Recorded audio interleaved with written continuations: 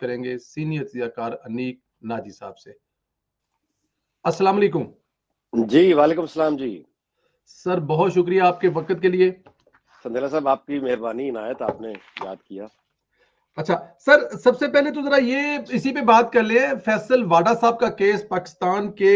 جو ایوان ہے ان میں کافی زیر بحث رہا، عدالتوں سے لے کر یہ الیکشن کمیشن تک فیصلہ سنا دیا گیا، انہیں تاحیات نہل کیا گیا ہے، 2 سال تک کیس کا فیصلہ نہیں ہوا۔ فیصل واڈا اسلام آباد ہائی کورٹ اور سندھ ہائی کورٹ میں کیس رکھوانے بھی گئیں گے، سر کیا کہیں گے اس پر آپ؟ دیکھیے، یہ تو ظاہر ہے اس کی تفصیلات اور ٹیکنیکل ڈیٹیلز زیر بحث رہی ہیں، اس کو بارے میں بیسکس یعنی لیگل آسپیکٹ سے تو آبویسلی اس کی مزید تفصیل کو وکیل کر سکتا ہے، لیکن میں آپ سے یہ گزارش کروں کہ یہ معاملہ جو چند گھنٹوں کا تھا، جو کہ ایکسپرٹس کی رائے ہے، اس کو اتنے مہینے اتنے سال مطلب ہے اس کو گھسیٹا گیا، اور بہرحال فائنلی آج جو ہوا اس پہ میری جو مطلب ہے کہیے فیلنگ وہ یہ ہے کہ یہ ٹھیک ہے، بہت اچھا ہوا، ظاہر ہے کہ یہ ہونا چاہیے تھا۔ مطلب ایک اور جوکر چلا گیا، بیسیکلی یہ جوکر ہمیں ریپرزینٹ کرتے ہیں تو تکلیف ہوتی ہے، ان میں سے ایک جوکر جب جاتا ہے تو پھر ایک امید بن جاتی ہے کہ شاید کوئی بہتر آدمی ریپلیس کر جائے ودن دا پی ٹی آئی ہی، چلو کوئی اس سے تو بہتر آئے گا، تو وہ اپنی جگہ ہے۔ لیکن میری گزارش آپ سے یہ ہوگی کہ یہ جو جتنا گہرا زخم لگا کے گئے ہیں نا ایک اجتماعی نفسیات پر اور سیاسی کلچر پر، وہ گہرا زخم اس کے نقصانات جو ہیں وہ اس یعنی تکلیف سے زیادہ ہیں جو تکلیف ہمیں ان کو یعنی گھومتے پھرتے دیکھ کر ہوتی تھی۔ میں آپ کو اس کی مطلب ہے کہ دیکھیے، اس طرح کے لوگ جب معاشرے میں یعنی طاقت کے ترجمان بنتے ہیں اور عزتیں کماتے ہیں،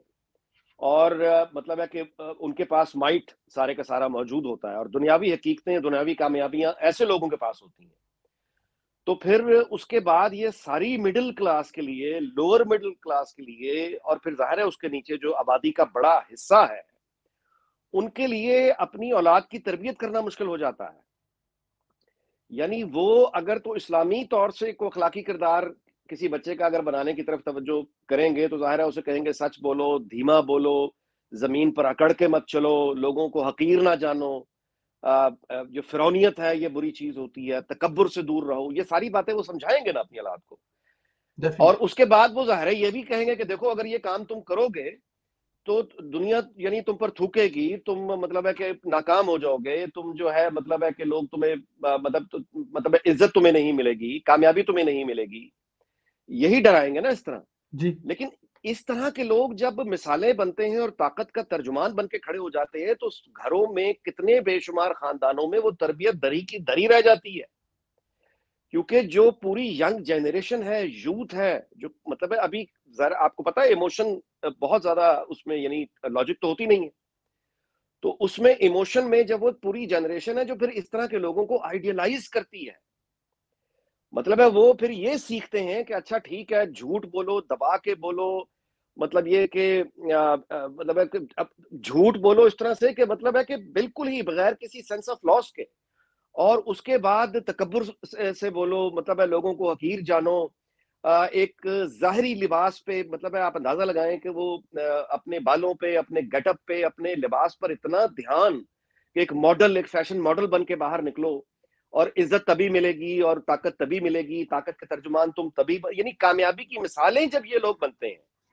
تو یہ ایک آنے والی نسلوں پر اور یوتھ کی اجتماعی نفسیات پہ جو گہرا زخم لگا کے جاتے ہیں، اس کا یہ بڑی بھیانک مثال، یہ بڑی یعنی آئی ایم سوری، میں آپ کو دیکھیں، اس کو میں نے اسلام سے بات شروع کی ہے، جی آپ جی سندیلا صاحب اور میں،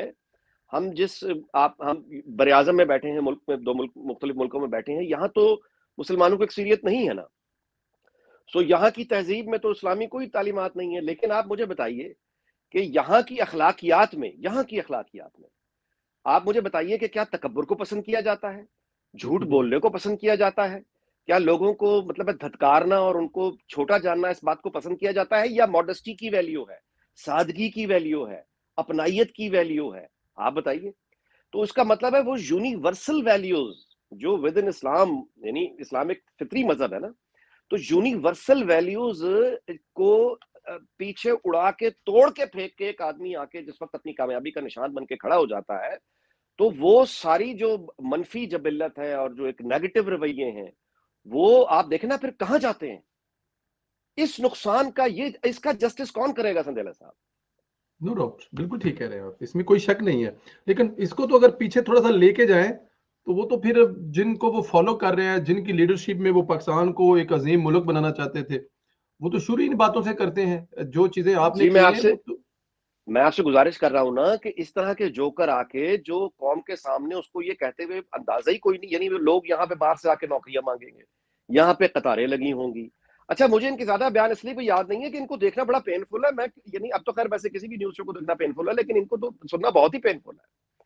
تو لیکن جتنی بھی کبھی کبھی بد نصیبی سے جو ان کی آواز میرے کانوں میں پڑی یا ان کے بارے میں کہیں مجھے پڑھنا پڑا تو وہ اتنی واہیات بات ہوتی تھی کہ تکلیف دہ حد تک.